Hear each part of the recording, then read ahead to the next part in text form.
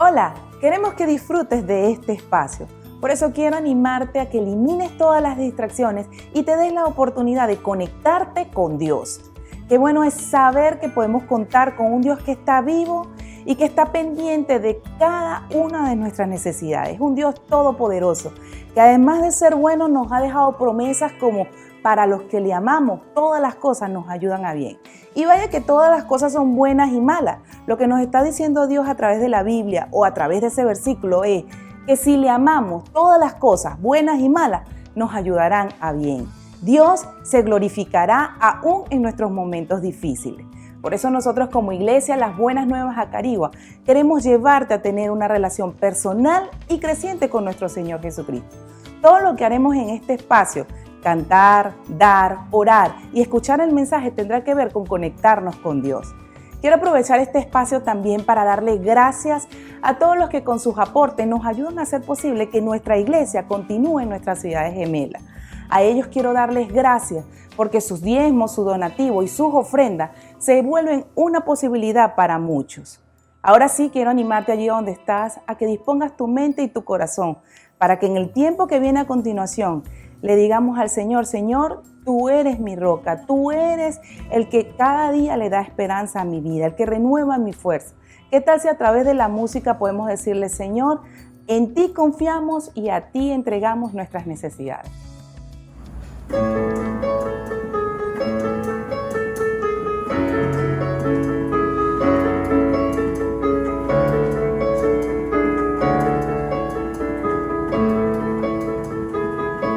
Asombrarnos por tu amor que nos cambió, nos transformó. ¿Quién como tú? ¿Quién como tú? Una corona por la cruz cambiaste para darnos luz. ¿Qué más decir? Amor sin fin.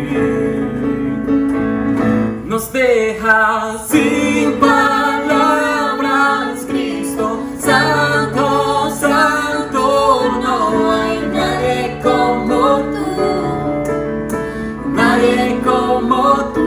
De mi adoración tú eres digno, digno.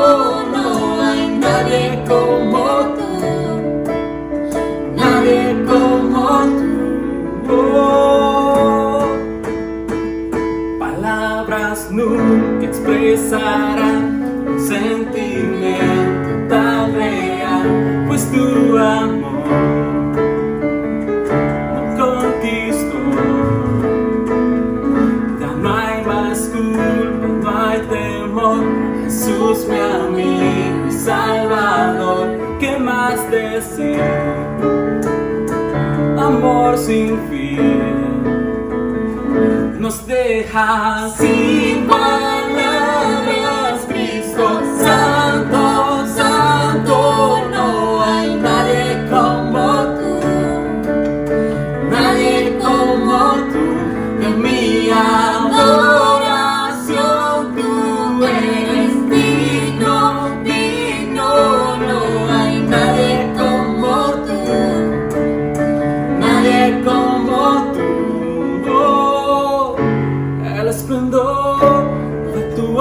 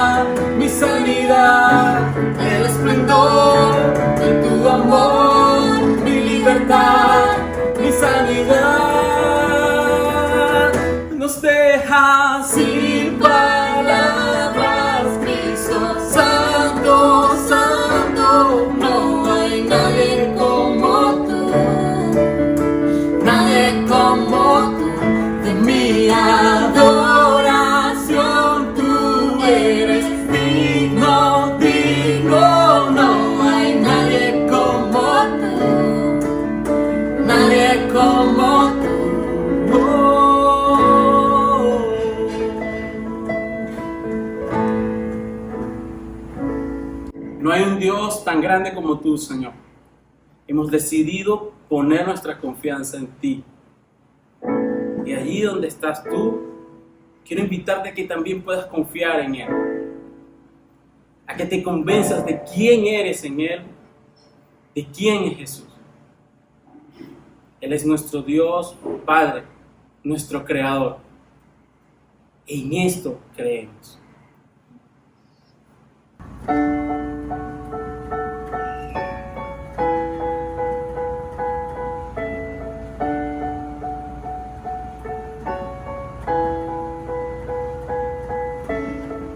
Mi Dios y Padre eterno, autor de la creación, poderoso. Tu espíritu intervino, el verbo se encarnó. Cristo, tú salvas. Creo nuestro Dios el Padre, en su Hijo Cristo el Rey. Creo en el Espíritu Santo, Dios tres en uno es.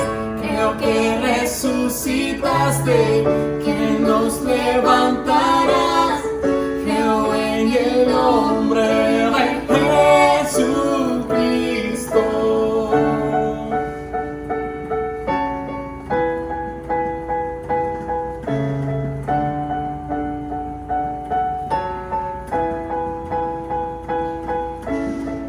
Mi juez y mi abogado, sufriste en la cruz, me perdonaste,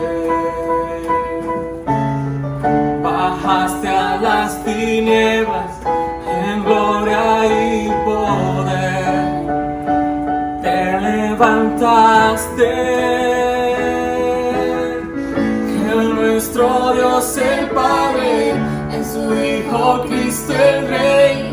Creo en el Espíritu Santo, Dios tres en uno es. Creo que resucitaste, que nos levantarás. Creo en el nombre de Jesucristo. Creo en ti, Jesús. Creo que tú vivo estás. Creo que Jesús es el Señor.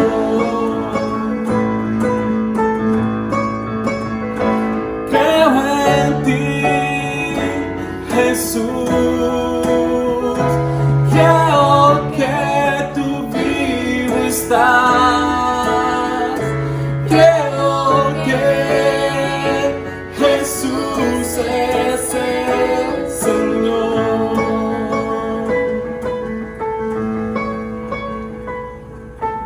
Creo en la vida eterna, creo en la comunión. Creo que tu pueblo es uno, creo en tu iglesia, Dios. Creo que resucitaremos y en gloria volverás. Creo en el nombre de Jesucristo. Creo en nuestro Dios el Padre, en su Hijo Cristo el Rey. Creo en el Espíritu Santo, Dios tres en uno es. Creo que resucitaste, que nos levantarás. Creo en el nombre de Jesucristo. Creo en el nombre de Jesucristo.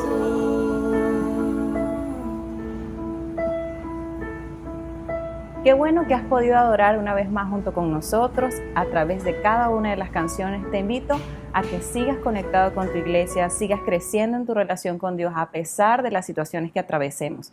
Dios es fiel a sus promesas y no importa lo que atravieses, Él te acompaña. Así que vamos a dar gracias a Dios en los próximos momentos a través de lo que Él nos ha provisto. Te voy a invitar a que des tu diezmo, ofrenda, donativo en los próximos minutos para que de esta manera puedas ver lo bueno que ha sido Dios en tu vida, mantengas sensible tu corazón hacia las necesidades de otros y hagas crecer a tu iglesia. Si no sabes qué es el diezmo es el 10% de tus ingresos. La ofrenda es un monto voluntario que tú decides dar en gratitud por lo que Él ha hecho en tu vida para bendecir a tu iglesia y para bendecir a aquellos que hacen posible que nos puedas ver a través de este medio.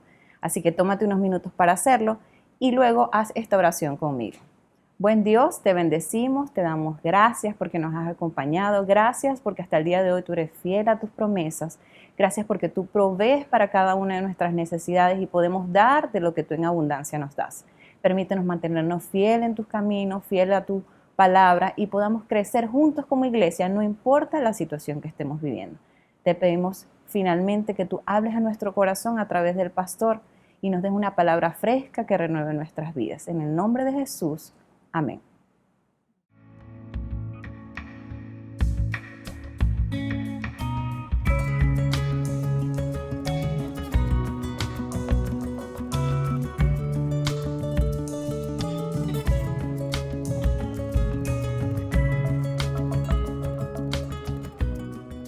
Hola, gracias por estar con nosotros en este día. Sabes, me gusta correr. De hecho, en el mes pasado acabo de correr aproximadamente unos 118 kilómetros. Y todos los que corremos siempre estamos muy interesados en qué zapato usar. Todos nosotros hemos ido a tiendas a comprar zapatos, pero cuando se trata de correr, es necesario que el zapato tenga la capacidad para soportar el rigor del asfalto, la presión, la fricción, todas las fuerzas y el maltrato que recibe en sí mismo. Y sabe, este zapato, ojo, y voy a hablar del zapato, no de la marca, pero este zapato que yo tengo aquí se ve muy bonito, se luce muy atractivo, su color, su brillo, su performance, todo.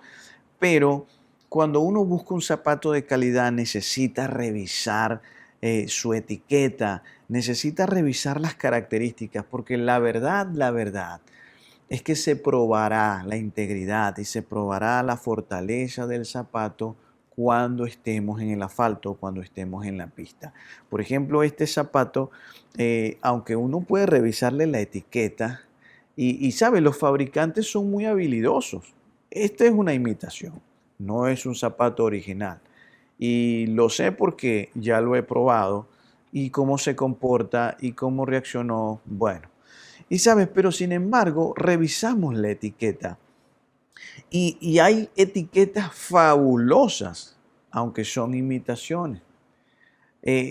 No, lo que quiero decirte es que no podemos fiarnos, no podemos conformarnos con la etiqueta, porque la etiqueta dice que es original y dónde fue fabricado y todo esto, pero como dicen por ahí, la etiqueta aguanta lo que le impriman, ¿no? Y no necesariamente va a cumplir, el pie no se va a sentir cómodo, quizás surgen o se forman algunas ampollas, se rompen, estos zapatos se rompen, se despegan en medio de una carrera y eso sí que es una catástrofe para aquellos que nos gusta correr. Así que lo que he aprendido de esta experiencia es que no me debo conformar con la etiqueta, no conformarme con la etiqueta. Y quiero tomar esta idea para presentar hoy un desafío a todas aquellas personas que van a la iglesia. Y si tú eres una persona que no vas a la iglesia o que ibas a la iglesia pero ya no vas, entonces este mensaje te puede ayudar a entender si no eres, ¿por qué no eres? Y si ya no vas, bueno, ¿por qué dejaste de ir? Y te va a entretener y te va a ayudar a entender muchas cosas. Pero quiero también presentar un desafío para aquellos que todavía siguen yendo a una iglesia, que son parte de una iglesia, por lo siguiente, porque ¿cómo sabrás? Si tú has estado algún tiempo en la iglesia, te habrás dado cuenta que hacerse o convertirse en un cristiano, hacerse un cristiano es fácil. Lo que quiero decir es que prácticamente no cuesta nada. Eh, cuando conoces a Cristo y le abres tu corazón, te encuentras con este regalo maravilloso del perdón de los pecados en Cristo Jesús. Claro, a Jesús le costó toda su vida el sacrificio, el derramar su sangre. con eso estamos de acuerdo. Pero para nosotros es abrir nuestro corazón, hacer una oración, invitando a Jesús a nuestra vida y nuestros pecados son perdonados. Y ¿sabes qué? Recibimos el regalo de la salvación, recibimos el regalo de el perdón de los pecados y recibimos el derecho de ser llamados hijos de Dios. Prácticamente es muy fácil, es simple, es sencillo. Ahora, ponemos nuestra fe en Jesús y ya podemos decir, somos cristianos. Comenzamos a asistir a una iglesia y decimos, somos cristianos. Y eso está bien allí. Simplemente recibes el regalo y te puedes sentir orgulloso en reclamar la etiqueta, en reclamar la chapa de cristiano. Pero hay algo curioso y es que convertirse en cristiano es fácil y eso ya lo sabes. Pero cuando tú y yo revisamos las páginas de los evangelios, e incluso las cartas del apóstol Pablo, no lees acerca de convertirte en cristiano. No encuentras eso en la palabra. De hecho, el término solo aparece unas 3 veces, cristiano. Ese término de cristiano aparece solo 3 veces en la palabra. Y como quizás sabrás, los cristianos del primer siglo, los primeros cristianos, no se llamaron a sí mismos cristianos. De hecho, fueron los no cristianos los que llamaron cristianos a los cristianos. Parece un trabalengua, ¿no? Y muy probablemente ese término no era un término como lo que significa hoy día, porque muy probablemente ese término era un término despectivo, ese término era para referirse a cierto grupo que se comportaba o tenía ciertas maneras de ser. Y específicamente era así. Entonces no era un término para halagar, no era un término para definir, era un término más que todo era peyorativo. Y cristiano significa uno asociado con Cristo o uno de Cristo. Y esto no era solamente una etiqueta genérica. Realmente, cuando aquellas personas que no eran cristianas veían a los cristianos y los llamaban cristianos porque tenían un estilo de vida, tenían una manera de comportarse, a diferencia de los de la ciudad de Antioquía, que vamos a ver más adelante, es donde inicia todo esto. Los cristianos no adoraban ídolos. Así que los ciudadanos de Antioquía veían esto, veían cómo se comportaban, cómo se trataban unos a otros y cómo tenían un estilo de vida diferente incluso a la cultura de lo que era Antioquía. Así que estos comenzaron a llamarlos de esta manera. Lucas, que es quien escribe los hechos después de la crucifixión de Cristo y después de la resurrección, él es el quien registra el libro de los hechos. Él es el primero en anotar o hacernos saber este término cuando aparece. Y lo vamos a leer más adelante. Pero lo que sucede aquí es lo siguiente, y es que los ciudadanos de Antioquía, al mirar a estas personas, cómo se comportaban y cómo se trataban unos a otros, entonces decidieron ponerle una etiqueta. No podían llamarle discípulos, ¿ok? No podían llamarles discípulos porque allí habían grandes maestros filósofos y también habían muchos rabinos, y todos estos grandes maestros filósofos y los rabinos tenían discípulos. Así que ellos necesitaban encontrar un término cómo denominar o cómo clasificar a esta gente, y Lucas lo registra en el libro de los Hechos. Vamos a leerlo. Dice así: fue en Antioquía donde los discípulos se les llamó cristianos por primera vez. Ahora, dese cuenta que dice fue a los discípulos, y cuando habla de los discípulos no está hablando de los apóstoles, de los 12 apóstoles, está hablando de un grupo más amplio.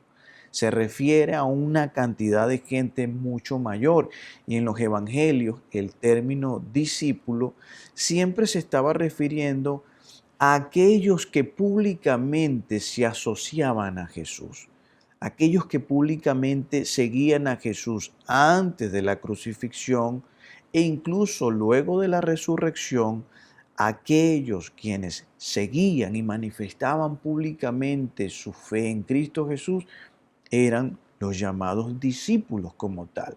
Ahora, las razones por las cuales creemos que el término cristiano era un término despectivo que definitivamente acuñaron los de Antioquía para referirse a los seguidores de Jesús era porque ellos fueron acusados de ser parte de una secta nazarena. Secta nazarena. ¿Y por qué?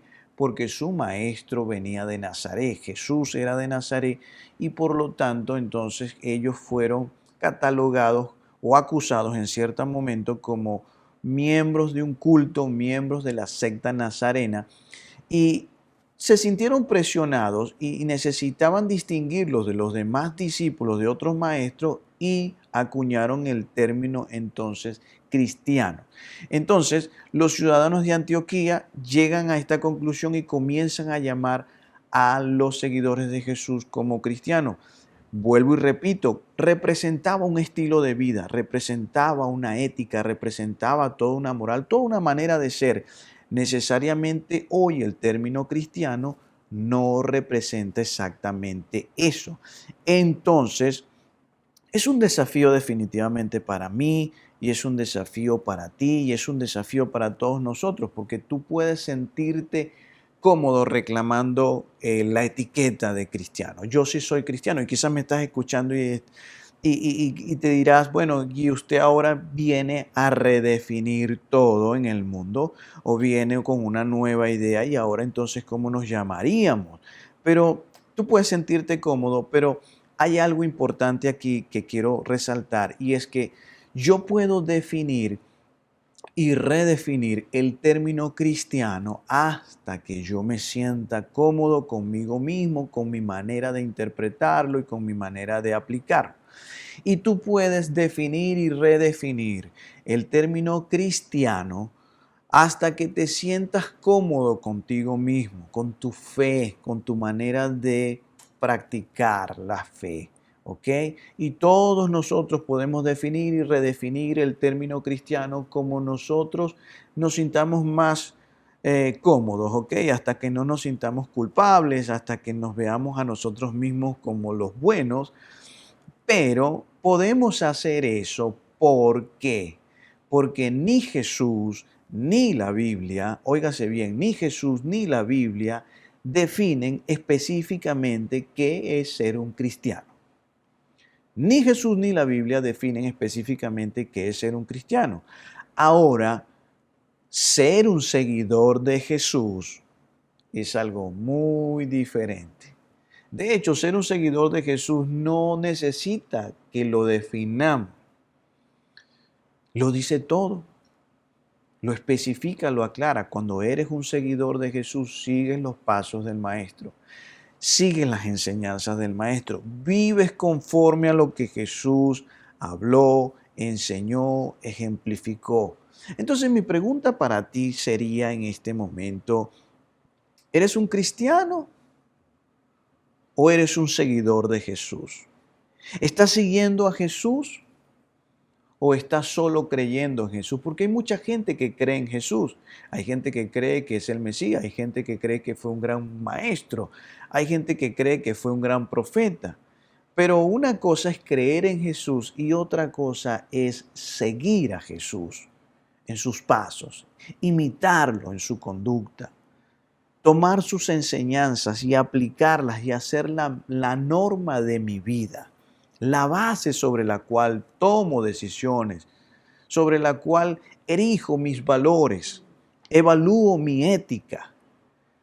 ¿Eres un cristiano o eres un seguidor de Jesús? ¿Estoy siguiendo su ejemplo? ¿Estás tú siguiendo su ejemplo o solo estás tratando de ser un buen ejemplo?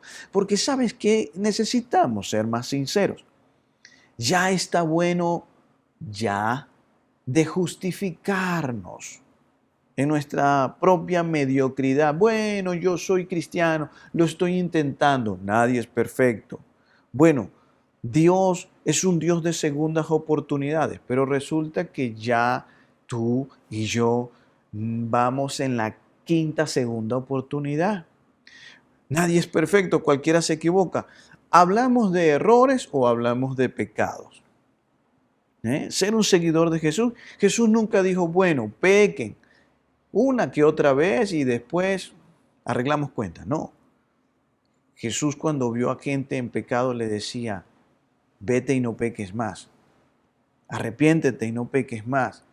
Y esta pregunta es aterradora, y es aterradora porque definitivamente pone en sobresalto y pone en evidencia cómo vivimos y cómo hacemos lo que hacemos, y pone también en manifiesto cómo nuestras palabras van en una dirección y quizás nuestras acciones van en otra dirección.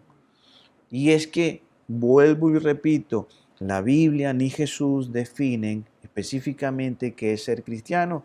De hecho, la palabra cristiano solo aparece unas 3 veces en el Nuevo Testamento, pero ser un seguidor de Jesús es otro nivel. Así que entonces, lo que quiero que entiendas hoy tiene que ver con todo esto, ¿no? Convertirte en un cristiano es fácil, pero ser un seguidor de Jesús te va a costar algo. Sabes, muchos de nosotros hoy día y por la cultura en la que vivimos, estamos acostumbrados a que las cosas sean fáciles, a que las cosas sean cómodas, a que las cosas siempre nos beneficien a nosotros, pero sabes, si quieres tú realmente hacer la voluntad, seguir a Jesús, siempre te va a costar algo, vas a tener que sacrificar.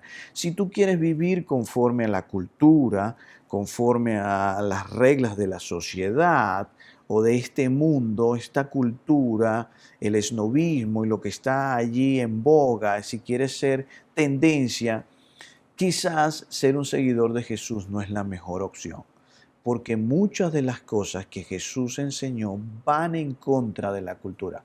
Bueno, por no decir todas, ¿no? Jesús vino a la tierra para mostrarnos su reino, para mostrarnos el amor del Padre, para mostrarnos los principios y los valores de su reino, de cómo funciona su reino, y desea que tú y yo tomemos estos principios, tomemos este estilo de vida y lo practiquemos mientras estemos aquí. Ahora, entonces, seguir a Jesús requiere que vivamos en una dirección diferente. Esto es contracultural, ¿sabes? Si tú vas a ser un seguidor de Jesús, un verdadero seguidor de Jesús, no puedes esperar que el mundo te abra los brazos y el mundo te aplauda y celebre, por ejemplo, por qué no tienes sexo antes del matrimonio, o por qué definitivamente decides no tomar alcohol, o por qué no mientes, o por qué no sobornas para hacer negocios. Sabes, el mundo no te va a aplaudir, el resto de la gente no te va a decir, wow, qué gran hombre o qué mujer, qué ejemplo. No, definitivamente no van a hacer eso, te van a criticar. Te van a criticar, se van a burlar de ti.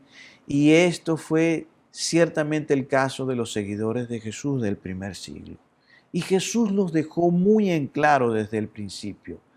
En el Sermón del Monte, este discurso tan famoso, tan conocido, es un discurso magistral de Jesús donde da una serie de enseñanzas. Es el discurso más famoso de Jesús, pero creo que es el menos puesto en práctica.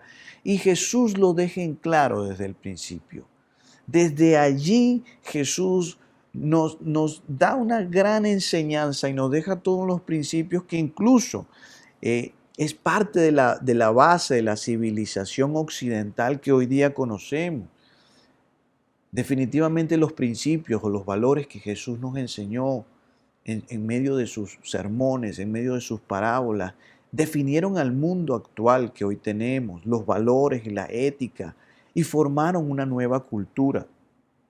Entonces Jesús está allí, frente a una gran multitud, sube a un monte y comienza a hablarle a una gran cantidad de gente. Y quiero compartirte solo un trozo de este gran discurso para que veas lo que él enseñaba, pero quiero que entiendas desde ya que lo que Él está enseñando y que nos está diciendo cómo debemos actuar va a chocar con nuestra forma natural de ver la vida y de reaccionar y cómo creemos que deberíamos tratar a los demás. Vamos a leerlo, dice así. Pero ustedes que me escuchan les digo, amen a sus enemigos, hagan bien a quienes los odian, bendigan a quienes los maldicen, oren por quienes los maltratan. Si alguien te pega en una mejilla, vuélvele también la otra. Y si alguien te quita la camisa, no le impidas que se lleve también la capa. Dale a todo el que te pida, y si alguien se lleva lo que es tuyo, no se lo reclames. Traten a los demás tal como quieren que ellos los traten a ustedes. ¿Qué mérito tienen ustedes al amar a quienes los aman? Aún los pecadores lo hacen así. ¿Y qué mérito tienen ustedes al hacer bien a quienes les hacen bien? Aún los pecadores actúan así. ¿Y qué mérito tienen ustedes al dar prestado a quienes pueden corresponderles? Aún los pecadores se prestan entre sí esperando recibir el mismo trato. Ustedes, por el contrario, amen a sus enemigos, háganles bien y denles prestado sin esperar nada a cambio. Así tendrán una gran recompensa y serán hijos del Altísimo, porque Él es bondadoso con los ingratos y malvados. Sean compasivos, así como su Padre es compasivo. ¿Sabe? Jesús pronuncia estas palabras y fue épico. La multitud estaba asombrada. De hecho, el texto sigue diciendo que Él enseñaba como quien tenía autoridad y la gente no salía del asombro. ¿Sabes? Él era un rey. Él era el rey. Tenía toda la autoridad, toda la plenitud, tenía el poder. Así que fue épico. Jesús pronuncia estas palabras, suelta el micrófono, lo deja caer ante la audiencia y se va camino a Capernaum. En medio de este trayecto, en medio de que va a Capernaum, se encuentra con un hombre leproso, y aquí de inmediato comienza a poner en práctica lo que está enseñando. ¿Sabes? La gente que lo está siguiendo se asombra del discurso, pero se quedaría preguntando, ¿y de verdad este hombre pondrá en práctica realmente lo que nos está enseñando? Porque sus palabras son maravillosas, ¿sí? Y todos nosotros hemos escuchado oradores habilidosos que nos inspiran y nos motivan. Hemos ido a conferencias, hemos ido a charlas, hemos ido a seminarios y salimos muy motivados, pero luego salimos de ese lugar y no hacemos nada de lo que allí escuchamos. Así que la audiencia también se está preguntando esto. Este hombre pondrá en práctica, pero Jesús definitivamente es Jesús, ¿ok? Así que lo que él decía lo hacía. E inmediatamente se encuentra con la siguiente persona. Veamos. Cuando Jesús bajó de la montaña, lo siguieron grandes multitudes. Un hombre tenía lepra, se le acercó y se arrodilló delante de él. Señor, si quieres, puedes limpiarme, le dijo. Jesús extendió la mano y tocó al hombre. Si quiero, le dijo, queda limpio. Y al instante sanó la lepra. ¿Sabe? La primera prueba. Un leproso en esa época era alguien repudiado, era alguien al que la gente no se le iba a acercar. Era como en estos tiempos encontrarnos de frente o toparnos de frente con alguien que tiene COVID. Y si tú sabes que tiene COVID, no te le vas a acercar. Así que aquí se pone en contraste lo dicho por Jesús con lo que va a hacer. Y Jesús sigue de frente a este hombre y dice, sí quiero sanarte. Y lo tocó. Nadie tocaba a un leproso. Así que toda la multitud está viendo esto, está diciendo, este hombre no solo habla y no solo enseña, sino que aplica. Este hombre vive conforme a lo que predica, vive conforme a lo que nos está enseñando. Así que inmediatamente este hombre es sanado. Pero luego ocurre algo más adelante que definitivamente paralizó el tiempo. El ambiente se trastornó, la atmósfera cambia La tensión en el ambiente se siente y hay una gran incomodidad por lo que viene a continuación. Va a entrar en escena un personaje que, claro, para nosotros que es difícil comprender y por eso voy a hablarte un poco del contenido que rodeaba o las circunstancias que rodeaba a las personas que vivían allí. Te voy a dar un poco de marco histórico, pero era más o menos algo así. Imagínate, tus padres van a salir de casa, sabes que no van a estar por un buen rato y tú decides invitar a tus amigos y invitas a tu novia y a la novia de tus amigos y haces una pequeña fiesta sorpresa en tu casa sin permiso de tus padres. Quizás lo has hecho, quizás no lo has hecho, pero más o menos este es el sentimiento que se va a vivir. Entonces, imagínate, estás tú allí justo en el sofá, en medio de tus amigos, abrazado a tu novia, estás contando una historia tuya, una anécdota tuya, obviamente cuando somos adolescentes, y esto lo hacíamos cuando éramos adolescentes, nos poníamos como el protagonista o como tú sabes, el hombre más habilidoso de la historia.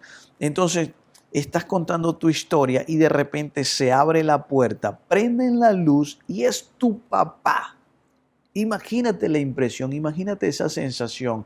Es una sensación de que todo el tiempo se paraliza y como decimos en nuestro país, queremos decir algo así como trágame tierra, quisiera desaparecer.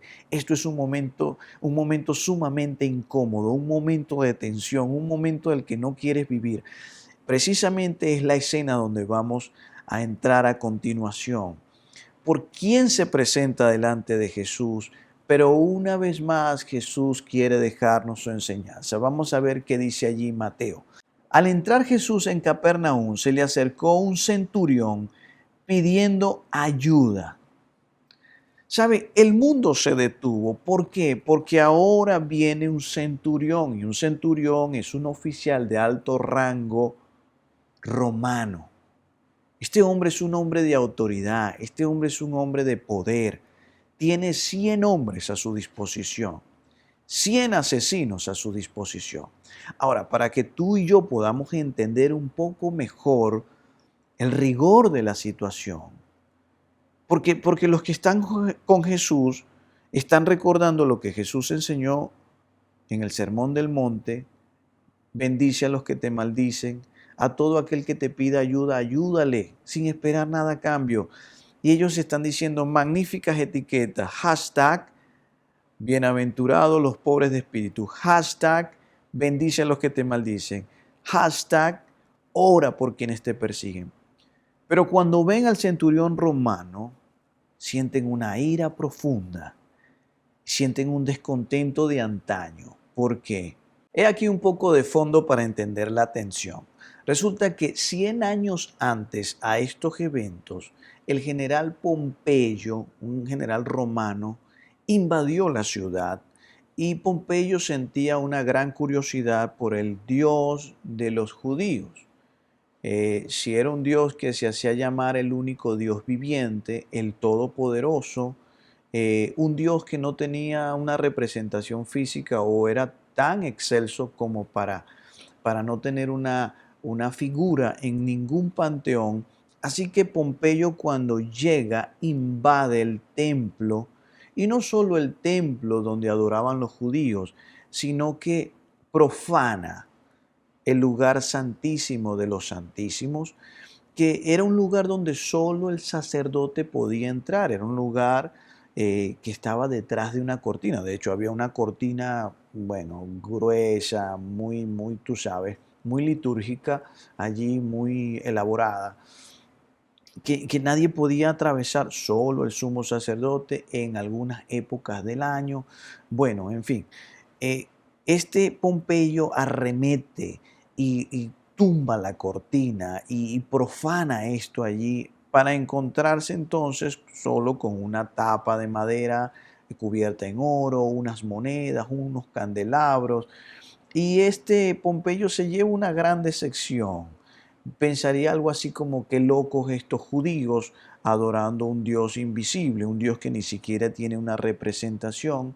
Sin embargo, se llevó a miles de judíos cautivos como esclavos del Imperio Romano como tal.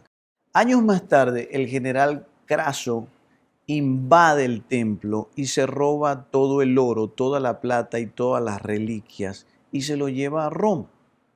Este no vino a saciar su curiosidad acerca del Dios de los judíos, sino que simplemente invade, irrumpe e insulta. Otra ofensa más para los judíos. En el año 40 a.C., Herodes el Grande es proclamado rey de los judíos. Y la gran falta aquí es que ni siquiera era judío. Un insulto más para los judíos. Y Herodes fue cruel, asesinó a muchos rabinos y muchos hijos de los rabinos como tal. Así que era un hombre odiado y despreciado. No solamente asesinó a rabinos y a sus hijos o a sus familiares, sino que también fue el que decapita a Juan el Bautista, que era un héroe nacional, era un héroe popular, era un hombre piadoso, era un hombre que hablaba acerca de la venida del Mesías. Entonces, transcurre más tiempo aún y cuando Jesús más o menos tendría unos 20 años, Roma encargó a Poncio Pilato como el gobernador de Judea. Y Poncio Pilato recibe el crédito de introducir la crucifixión a Galilea y a Judea. De hecho, Poncio Pilato era famoso por su crueldad con los samaritanos y con los judíos. Esa era la fama que le precedía a Poncio Pilato. Pero finalmente Poncio Pilato se suicida. Ahora, simplemente, y para sintetizar aquí la idea, cualquier cosa relacionada con Roma desde el punto de vista de los judíos era despreciable. Y el que está delante de Jesús es un centurión y es un oficial de alto rango romano.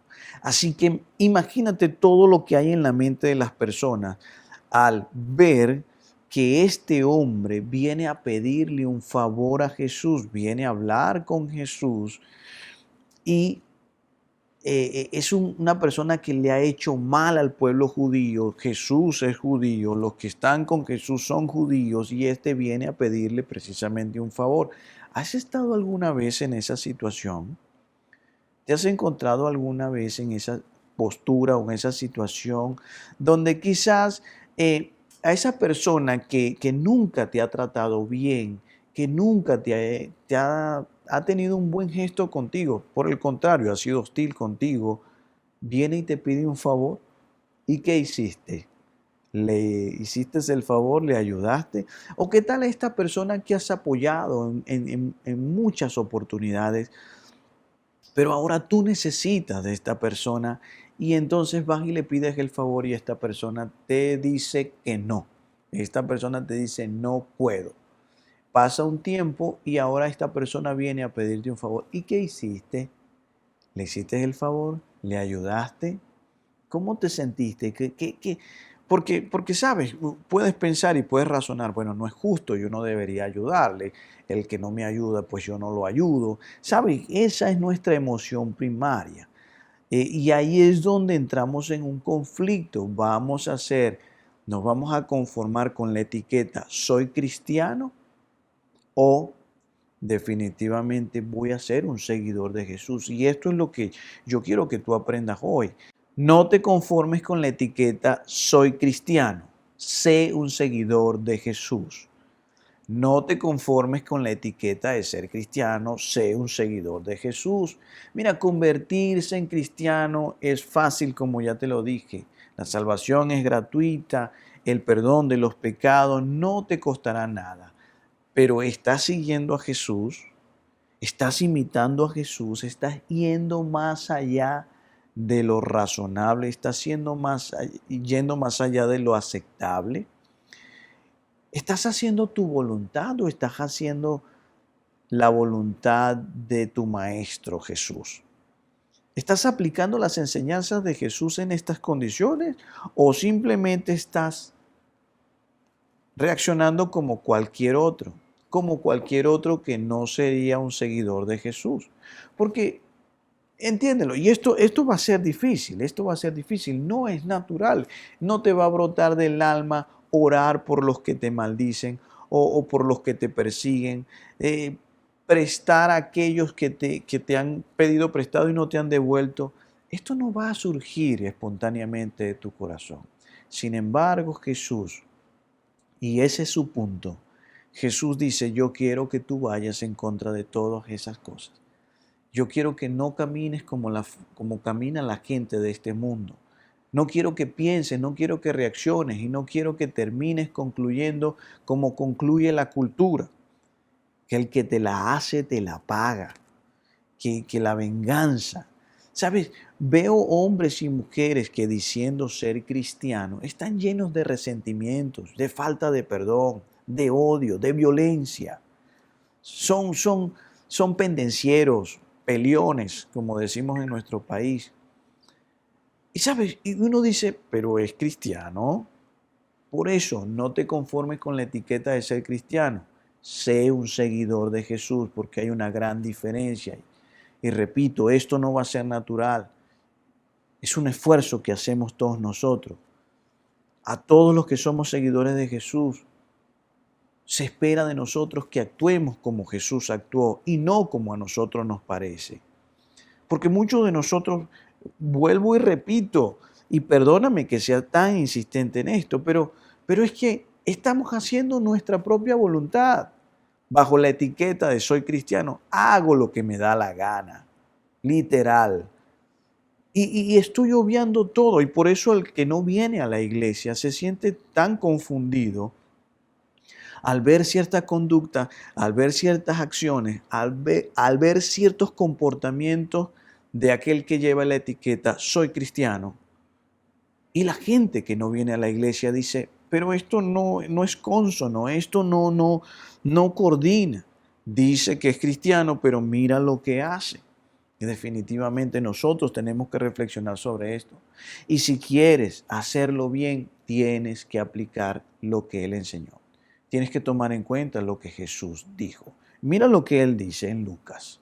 ¿Y qué mérito tienen ustedes al hacer bien a quienes les hacen bien? Aún los pecadores actúan así. No te conformes con la etiqueta soy cristiano. Sé un seguidor de Jesús. Para cerrar, quiero terminar leyendo lo que sucede entre Jesús y el centurión. La audiencia está esperando que Jesús se niegue, que Jesús descargue su odio, Jesús descargue su resentimiento y toda la multitud apoyaría a Jesús. Y esto es importante, mira, Jesús, si queremos verlo en forma figurativa, Jesús representa el reino de los cielos. Y la manera de actuar de Jesús y la manera de tratar a otros de Jesús representa los principios, la ética, la moral del reino de los cielos. Mientras que el centurión representa el mundo, representa la cultura. Sin embargo, la multitud está esperando que Jesús se niegue, que Jesús saque su resentimiento, que Jesús esboce alguna pizca al menos de sarcasmo.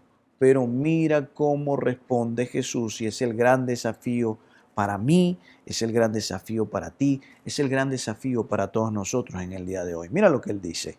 Señor, mi siervo está postrado en casa con parálisis y sufre terriblemente. Cuando el centurión dice esto, la audiencia dirá, y qué bueno que sufra. Y que sufra mucho porque nosotros hemos sufrido por culpa de ustedes. O ustedes los romanos nos han maltratado, nos han asesinado a tanta gente. Ojalá se muera tu siervo. Pero mira la respuesta de Jesús. Iré a sanarlo, respondió Jesús. Y me imagino la expresión en la cara de todos los que están detrás de Jesús. ¿Qué? ¿Qué dijo? No puede ser, definitivamente. ¿Qué está haciendo? Y algunos dirán, está aplicando lo que enseñó. Lo que nos enseñó en el Sermón del Monte lo está llevando a cabo. Este hombre parece que sí va en serio.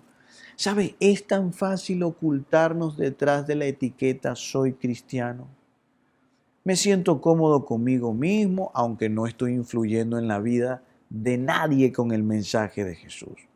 Es tan fácil ocultarnos detrás de la etiqueta de soy cristiano. Sí, digo, soy cristiano, pero nadie irá al cielo, nadie ganará la vida eterna este año a causa mía. Soy cristiano, pero el que me la hace me la paga. Soy cristiano, pero no asistiré a mi grupo de oración porque tengo otras prioridades. Vuelvo y te pregunto, ¿eres un seguidor de Jesús? ¿O eres simplemente aquel que lleva la etiqueta de soy cristiano? Te lo repito, no te conformes con la etiqueta de soy cristiano. Sé un verdadero seguidor de Jesús. Sigue los pasos de Jesús. Sigue diciendo en el verso 8, Señor, no merezco que entres bajo mi techo, pero basta con que digas una sola palabra y mi siervo quedará sano. Porque yo mismo soy un hombre sujeto a órdenes superiores y además tengo soldados bajo mi autoridad. Si le digo a uno ve y va y al otro ven y viene, le digo a mi siervo haz esto y lo hace.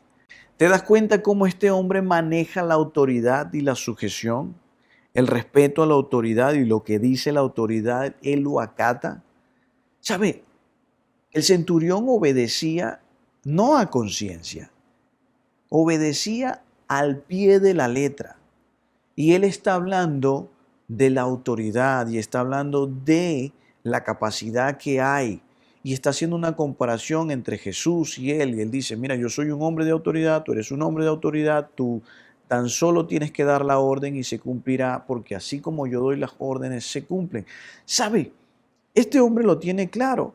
¿Puede un seguidor de Jesús hacer caso omiso a lo que Jesús enseña? ¿Puede una persona ser un verdadero seguidor de Jesús cuando lleva un estilo de vida conforme a la cultura y conforme al según él cree? Realmente no, realmente no. Y hay mucha gente así. Fíjate que este hombre no es un seguidor de Jesús, pero acata la orden y la autoridad de Jesús. Se subordina a Jesús. Y es porque entonces que ocurre el gran milagro. Al oír esto, Jesús se asombró y dijo a quienes le seguían, les aseguro que no he encontrado en Israel a nadie que tenga tanta fe. Luego Jesús dijo al centurión, ve, todo se hará conforme creíste. Y en esa misma hora aquel siervo quedó sano. Ahora que conocemos la historia, o ahora que yo conozco la historia, tengo que tomar una decisión, ¿sabes? No puedo escuchar esta historia y no puedo ver los hechos que la historia me demuestra y no tomar una decisión. Ahora que tú conoces los hechos de la historia, tú tienes que tomar una decisión. Y ahora que tú y yo y todos nosotros hemos escuchado los hechos, tenemos que tomar una decisión. Tú tienes que tomar una decisión. ¿Estás dispuesto a seguir a Jesús? ¿Estás dispuesto a seguir a Jesús o te conformarás con una etiqueta soy cristiano? ¿Te vas a contestar con simplemente esa etiqueta? Porque muchos lo harán, ¿sabes? Muchos lo harán. De hecho, Jesús se nos adelanta. Jesús se adelanta y sabe que muchas personas iban a escuchar su mensaje y no iban a aplicarlo. Jesús sabía que mucha gente iba a asistir a la iglesia y no iba a hacer nada de lo que Él enseña. ¿Sabe? Ir a la iglesia no te hace un seguidor de Jesús. Leer la Biblia no te hace un seguidor de Jesús. De hecho, orar a Dios, ni siquiera eso te hace un seguidor de Jesús. Ser un seguidor de Jesús es vivir conforme a lo que Jesús enseñó. Ser un seguidor de Jesús es imitar a Jesús en todo. Y Jesús vino, te lo repito, Jesús vino a mostrarnos una forma de vivir basada en los principios de su reino. Él nos invita hoy a vivir con una ética y una moral más elevada que la moral y la ética de este mundo.